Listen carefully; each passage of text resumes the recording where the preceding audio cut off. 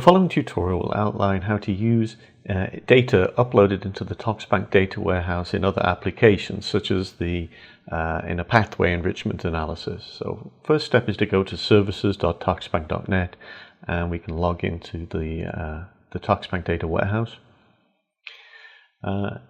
Here we get to the main search page, so I'm just going to look for a specific investigation that has been uploaded.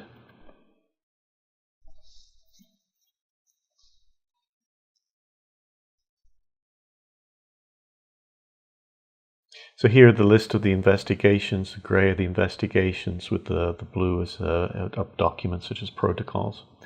So let's go ahead and check this link. We're just going to go and point to the investigation.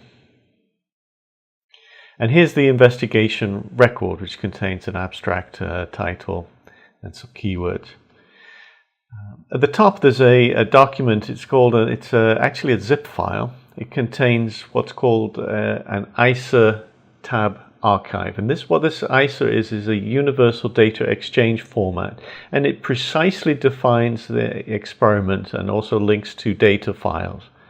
In a previous tutorial, it's been outlined how to interpret information in the ISA tab format. There's a red link underneath, and this will go directly to the individual data files. This might include raw data files. This is the transcriptomics data, so here are the individual cell files. But it also contains process data. So for example, here is the microarray derived data, and here's the data file. This has been formatted according to a standardized manner. So let's go ahead and download this and look at the data file.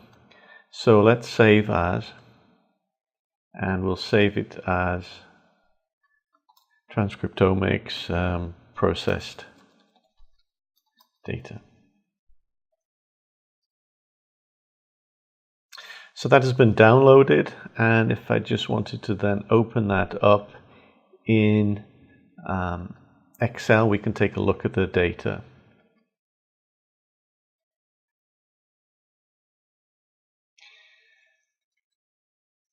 So the first three columns are information that identifies precisely the genes that have been analyzed. So these are genes which have been extracted from the cell files and have been processed. Next, you can see a series of columns. If we look at the header, it says FC, and then in quotes there's a term. It's a descriptive term which indicates that we're looking at FC stands for log2 fold change. And this is APAP, acetaminophen, and this has been controlled. It's going to be looking at the low dose at 2 hours versus the control. The next column is the fold change, acetaminophen, after 2 hours. This is the middle dose versus control. And finally, the high versus control. And this has been performed and processed. So not only do we have fold changes, and the data will always be in this format. We also have p-values. Here's the acetaminophen 8 hours high dose versus control, a p-value, and then an adjusted p-value or q-value. So here is some columns representing q-values. This term, the APAP 24 hours high versus control, all these are fully documented in the ISA tab document, and you can go back to the raw data, the treatments, and all the processing steps if you want to understand how this actual column was derived. Now, if we wanted to do a pathway analysis, one way we can do that is with a tool called Incremap, developed at the University of Tübingen. So I just did a Google search for Incremap, and if we go to this page, there's a start for an Incremap. So I'm going to go ahead and open this application.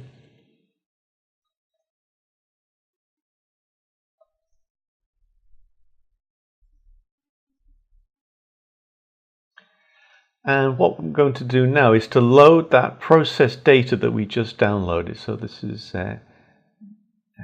here we can find that data.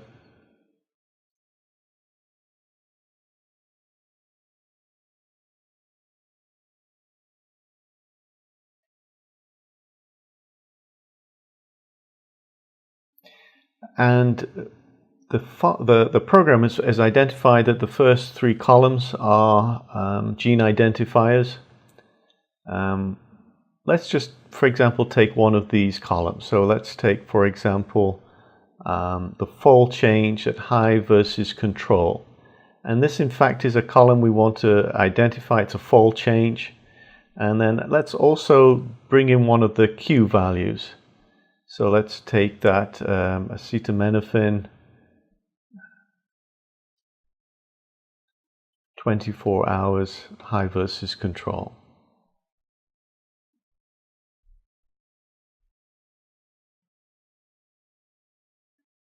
High versus control. This is a second observation we want to look at, and this is in fact a p-value.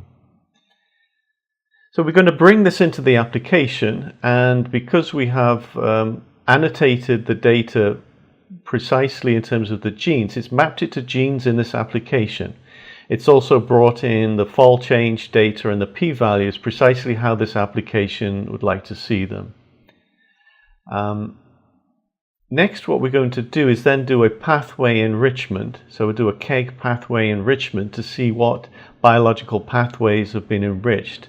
And let's look for genes with a fold change of greater than 1.5 and with a p-value of less than 0.01. So this has identified 309 genes, and it's going to use that to find KEGG pathways which are enriched. So, for example, here is a listing of the pathways, and it's ordered them according to the calculated Q values. Here you can see the individual genes that are associated in the pathway.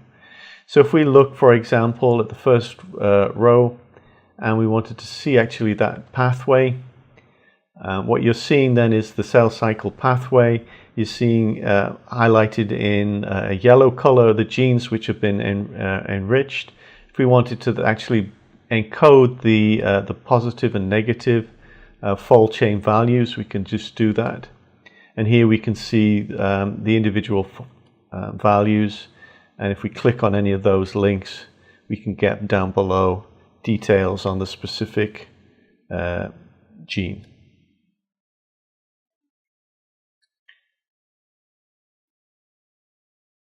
So that summarizes how we can take information that has been uploaded into the TOXBANK data warehouse. We can then download the derived data and use it in applications such as pathway enrichment or data visualization tools to help understand the biological significance of the data and use it in an integrated data analysis.